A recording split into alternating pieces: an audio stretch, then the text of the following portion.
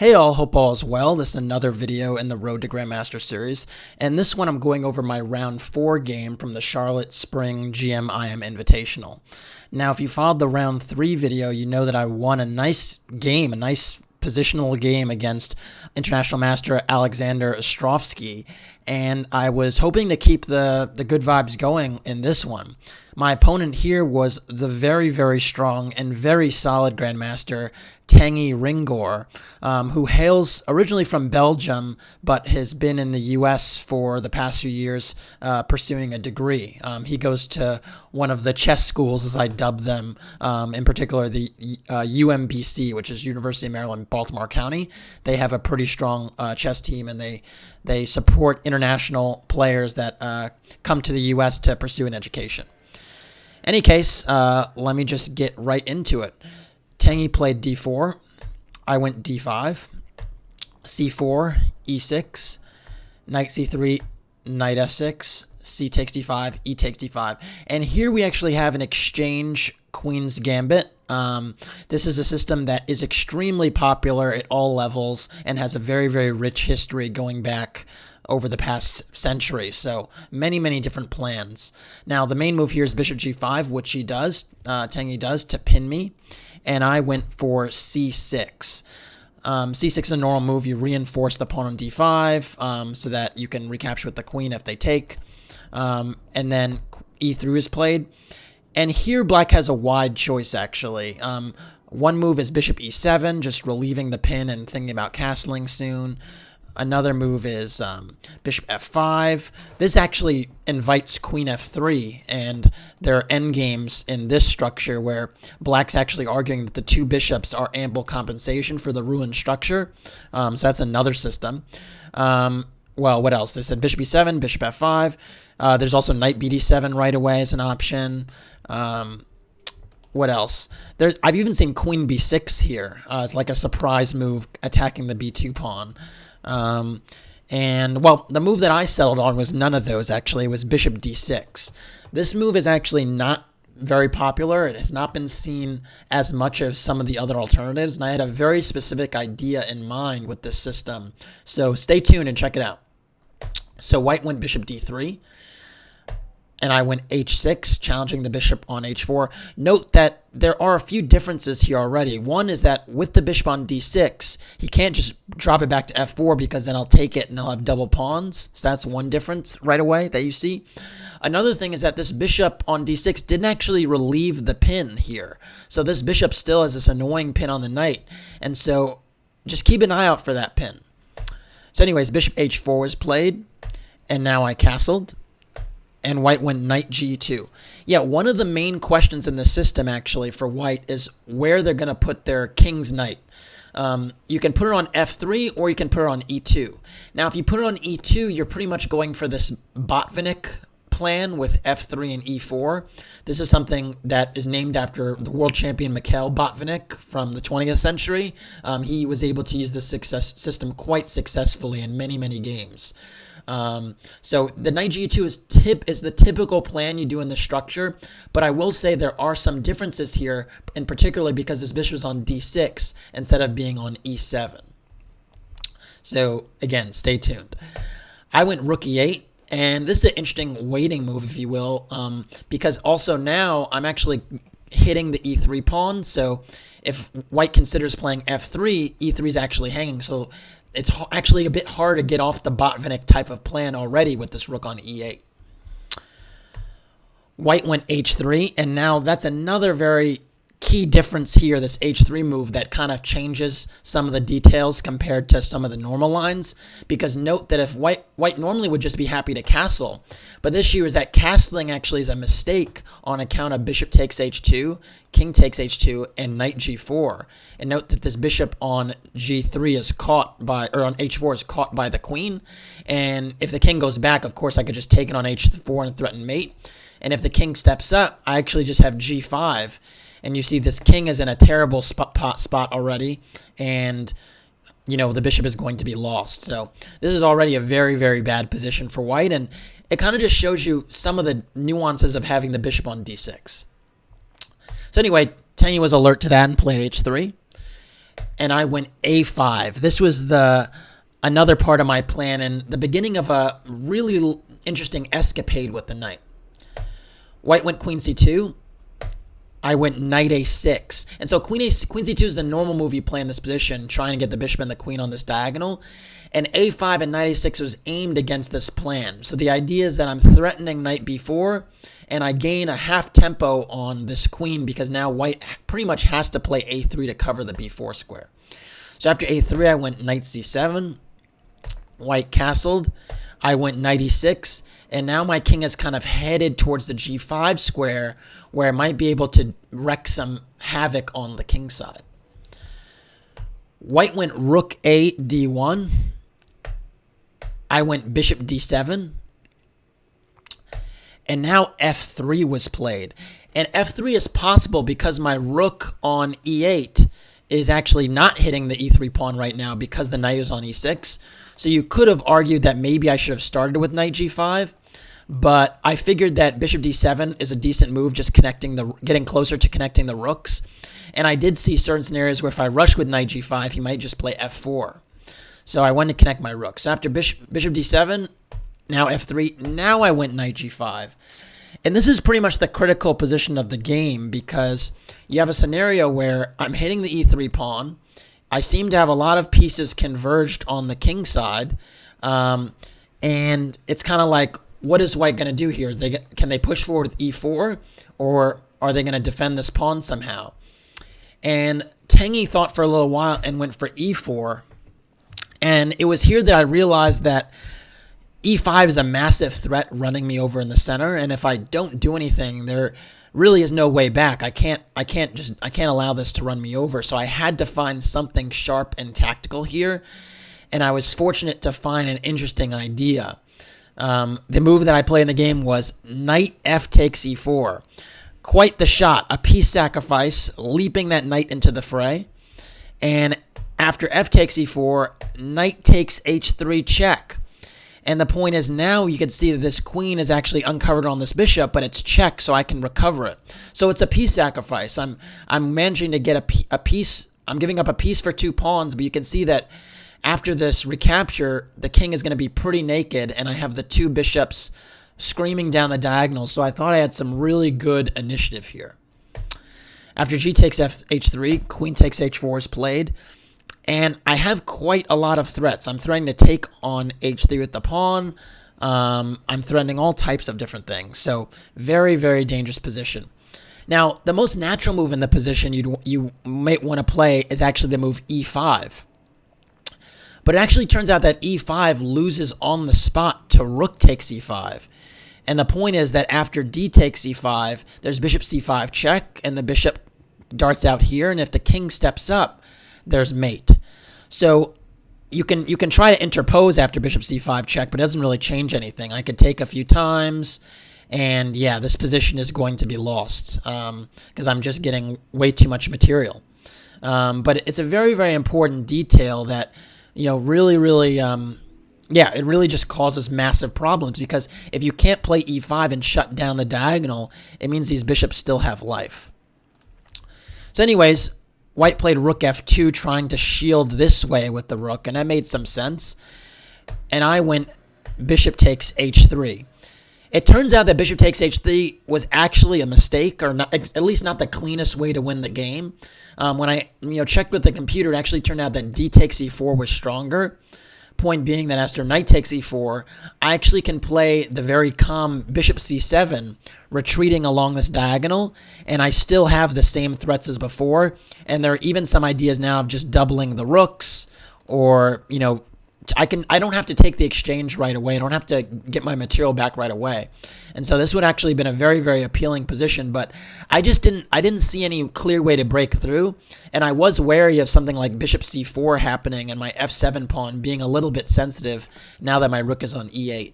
So I kind of rejected this line. And I decided, I'm going to get more material. So now I have 3 pawns for the piece, and it seems like I still have an attack. So I thought, okay, I'm in pretty good shape. And Tanguy thought for a little while, and he realized that he was in deep trouble, but he found his chance and went for e5. e5 is a very, very compelling move because it appears that, my bishop is getting shut down, and I said before that I have this rook takes e5 move. But now the rook's on f2, it's not coming with check, so the question is it justified?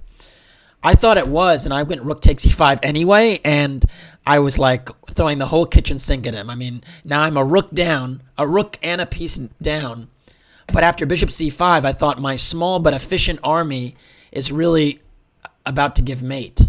And it turns out here that Tanguy found a really, really wonderful resource that keeps the game going, and it's the move knight d4. Knight d4 is not a move I had thought worked because I have bishop takes d4, and it seems like I still have the same threats on f2.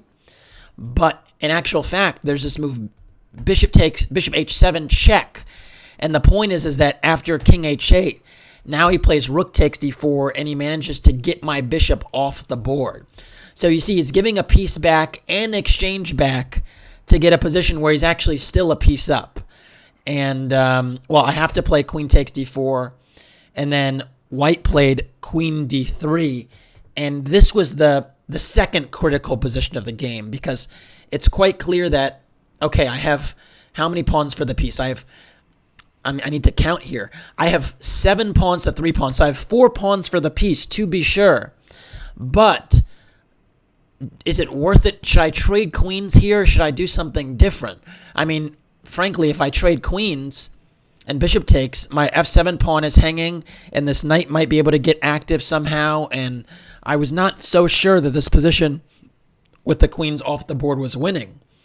That being said, I also was uncertain of keeping the queens on, if that would give him some chances to bother me. I had many, many choices here, and I actually took the wrong path. I went for queen g4 check, which I thought was a good idea, keeping the queens on the board, keeping my initiative going. But after the move king h2, the problem is that my bishop on h3 is kind of trapped, and I can't really keep the queens on the board. Instead, a better winning try, and the move that actually would have won cleanly, is the move queen takes e5.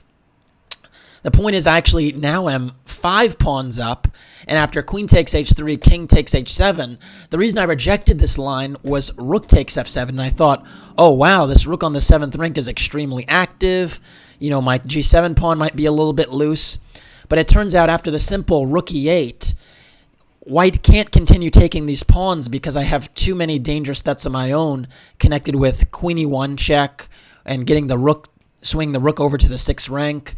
And it actually turns out that this knight on c3 is quite dominated because it can't go forward to e4, d5. And, I'm just super active. And if you can't recover the b7 pawn, it's going to go downhill quite quickly. One line of interest would be move queen d3 check, and I could just go king g8. And the rook has to go back. And now you can see I have 4 pawns for the piece, and rook e6, and the attack rages on. So this is the line that I should have gone for, where black still maintains an initiative and is actually just winning in the long run. But, I did not see this far. I thought that the pawn on b7 was going to be recouped when the rook was on the 7th rank, and, that's too bad. What I wound up doing after queen g4 check, king h2, was now I went queen h4, hitting the rook on f2, trying to get some discoveries. But white very alertly went queen g3, and this forces the queens off the board because my bishop on h3 is hanging. So I took on g3, king takes g3, king takes h7, king takes h3, and now we have a position where I have 4 pawns for the piece, but white has more counterplay than meets the eye. In particular, guarding the f7 pawn is going to prove challenging, and this knight can actually wheel around and attack the base of my pawn chain quite quickly. So even though it looks like I have all these pawns and they should, just do a lot of work, white is actually quite active here, and it's not an easy conversion at all. It's not winning, actually. I did the best I could. I went king g8, protecting that f7 pawn. I definitely don't want to lose that one. And now white went knight a4, which is an extremely strong move, just getting the knight to an active square. Note that if a lazy move is played, let's say like king g3, then I can start to get in the game. I might consider playing a4. I might consider rook e8, even d4. Even d4 is an option. But knight a4 is extremely strong. I went rook e8, attacking the e5 pawn. And now knight c5, attacking this pawn. And it's very important that he attacks the base of my chain. Because if he's able to attack the base of the chain, then the rest of the pawns are going to collapse. And he's just going to play Pac-Man with his knight. So very, very important move, this knight c5. I went rook e7, trying to defend the base of the chain. But this just gives white opportunity to activate more of his pieces with rook c2. And now the point is that if I ever take on e5, he takes on b7, and then c6 is hanging as well, and a5 is hanging, so it's just a tough spot. And if my pawns on the queen side get liquidated, there's just no winning chances. I went b6, trying to just push the knight away with tempo, and after knight a4, you can see now he's still managing to attack 2 pawns, which is just brilliant. I went b5. And then knight b6 was played, and you can see, okay, this is still hanging. And note that a move like rook c7 trying to passively defend would be a major blunder on account of knight takes d5. So I still have to be quite careful here. I went rook takes e5, just taking another pawn, and you can see for the moment I'm 5 pawns up. It looks aesthetically so pleasing, but the knight is a pesky one, and now he's getting the base of my chain with rook takes c6. So once he gets the base of the pawn chain, all these other pawns are super weak and they're not going anywhere. So I decide, you know what, I should be a little bit careful here to make sure that I don't, lose this game. And so I decide to round up the rest of white's pawns. And I went rook e2. White went b4. I played rook e3 check, king g4, takes, check, king f3, and takes. And again, it looks like, for the moment, I am 5 pawns up, but this position is actually a dead draw. And okay, he's going to win this one, so I'm only 4 pawns up. But the point is that I can't really push my pawns without my king becoming weak. And frankly, these 3 pieces can corral the pawns quite easily.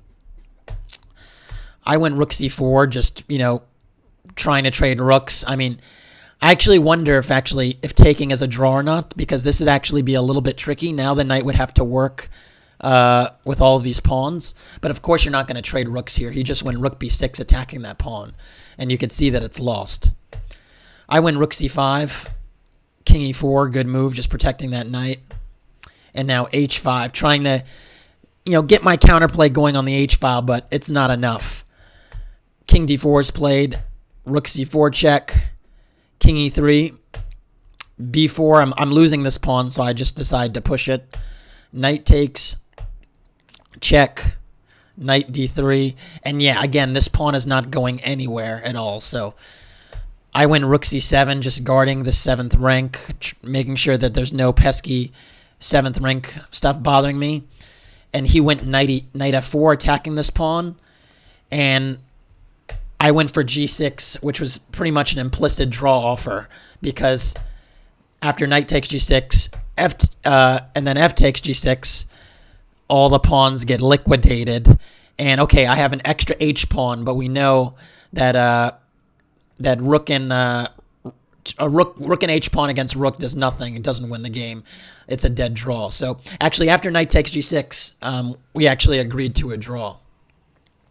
Really, really crazy game, and a little bit unfortunate that I didn't win it, considering the initiative I managed to get, the attack I managed to get with my, my piece sack, and I found this really nice idea over the board. So I was pretty happy with the finding that sacrifice over the board, because I thought I was playing an amazing, amazing, beautiful game. But it wasn't enough, because I did not find the right moves in the right moments. In particular, keeping the queens on was the key for me. Now, I will say this. This game was eerily similar to a game I actually wound up playing in July. So definitely stay tuned for when I go over probably the best game I've ever played in my life against Grandmaster Alexander Moisenko. If you've seen that game already, it got a lot of press and a lot of news. This game was very, very similar to that game, and when I do go over that game, I'll be happy to discuss some of the differences. But we're a bit of a ways off from that. That game, I think, was number 100 and I want to say 117 of the year. So, this one was number 49, I think. So we're still a little bit ways off from going over that one, but stay tuned. All right, that's it for this one. Thanks for watching. Please like and or subscribe to the channel. And if you want to support the Road to Grandmaster journey, please do so by checking out the PayPal link in the description below. All right, take care.